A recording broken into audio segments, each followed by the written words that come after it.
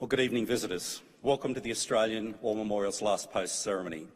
My name is Richard Cruz, and joining us today from the Royal Australian Air Force is Warrant Officer Rod Geisler. We welcome the veterans who have served, those that are still serving, and the families that support them.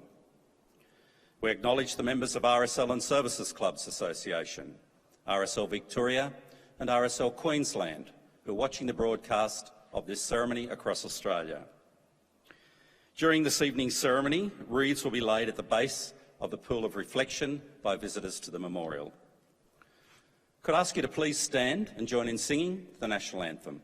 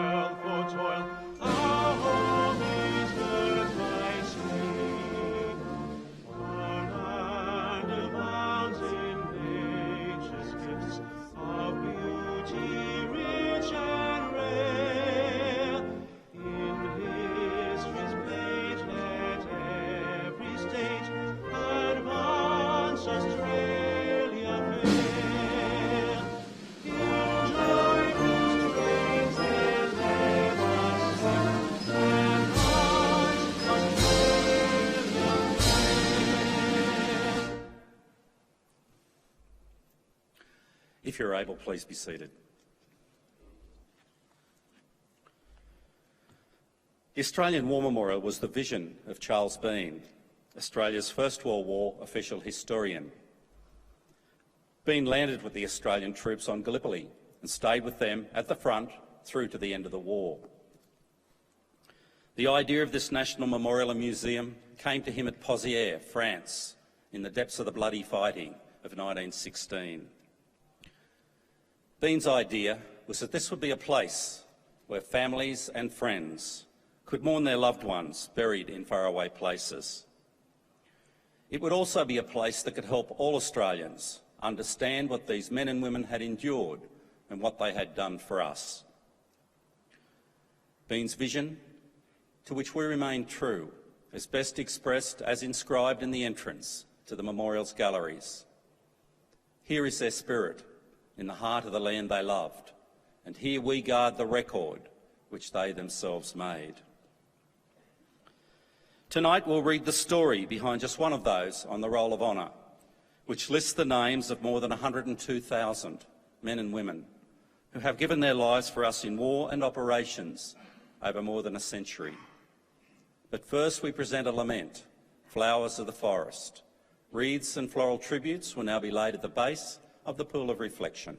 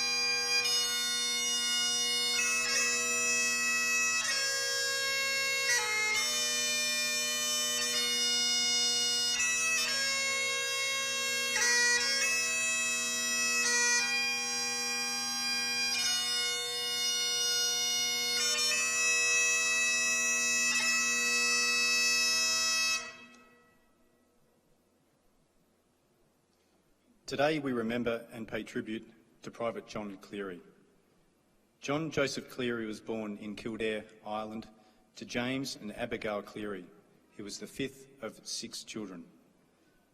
By the advent of the First World War, the family had immigrated to Australia and settled in Charters Towers in northern Queensland, where John was working as a miner. Charters Towers had been founded in the 1870s when gold was discovered there by chance. The area contained Australia's richest major goldfield, and during its boom years, Charters Towers had a population of 30,000 and hosted its own stock exchange. John Cleary enlisted in the Australian Imperial Force on the 16th of August 1915. After his initial training, he was allotted to the 13th Reinforcements to the 9th Battalion and embarked from Brisbane on the 3rd of January 1916 aboard the transport ship Kyara, bound for Egypt. After disembarking at Alexandria in February, Cleary underwent training before being sent to France at the end of March. After a month at Etaples, Cleary joined the 9th Battalion, located in the nursery sector in mid-May. In June, Cleary volunteered to take part in a trench raid being organised by Captain Maurice Wilder Neligan. The men trained for several weeks and made numerous nighttime forays into no man's land to familiarise themselves with their plan of attack. Towards midnight on the 1st of July, the 3 parties of raiders set out. Cleary was in the right flank party and was involved in the capture of numerous weapons, pieces of equipment and prisoners. During the fighting, he was shot in the head, suffering a compound fracture of the skull. He was evacuated to the 1st Australian Casualty Clearing Station, where he died from his wounds on the 2nd of July. He was laid to rest in the Estaire Communal Cemetery and Extension at Estaire. He was 41 years old. Cleary's name is listed on the Roll of Honour on my right, among more than 60,000 Australians who died while serving in the First World War. This is but one of the many stories of service and sacrifice told here at the Australian War Memorial. We now remember Private John Joseph Cleary, who gave his life for us, for our freedoms, and in the hope of a better world.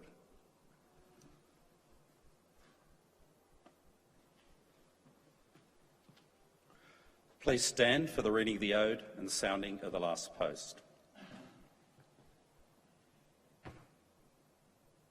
They shall grow not old, as we that are left grow old. Age shall not weary them, nor the years condemn. At the going down of the sun and in the morning, we will remember them. We will remember them.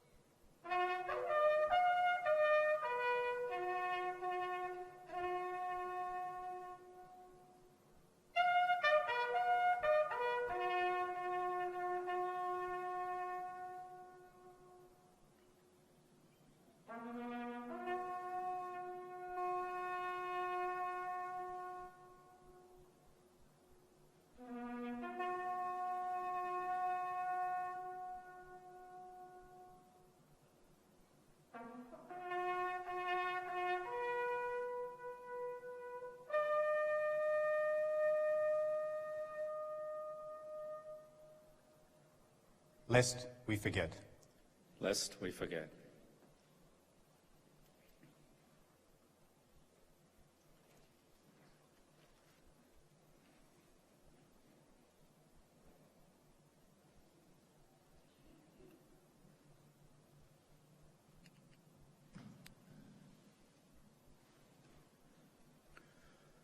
We leave you this evening with the words of the memorial's founder, Charles Bean.